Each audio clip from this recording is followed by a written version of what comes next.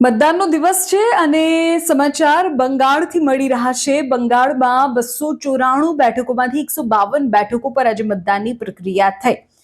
ચૂંટણી પંચના સાંજના 5 વાગ્યા સુધીના આંકડા એવું કહે છે કે આ પ્રથમ તબક્કામાં જ 90% રેકોર્ડ 90% મતદાન થયું છે. 89.93% મતદાનની વિગતો છે.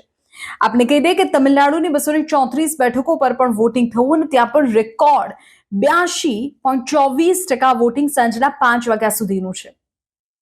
તમિલનાડુના ઇતિહાસમાં અત્યાર સુધીનું સૌથી વધુ વોટિંગ છે.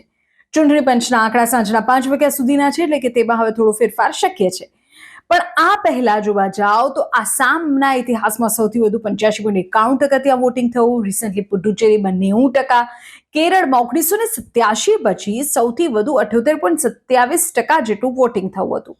અને હવે બંગાળમાંથી અને તમિલનાડુમાંથી પણ આ જ પ્રકારના સમાચાર છે. બંગાળમાં તો પ્રથમ તબક્કામાં જ 89.93%, એવરેજ 90% જેટલું મતદાન થયું છે. અને ત્યાંથી તો દીદીનું નિવેદન પણ સામે આવ્યું છે. મમતા બેનર્જીનું કહેવું છે કે આ એસઆઈઆરની વિરોધમાં બહાર નીકળેલી જનતા છે, સરકારની સામેનો રોષ છે અને એટલે બમ્પર વોટિંગ થયું છે. જોવું રહેશે કે આ મતદાન કોની તરફેણમાં હોય છે.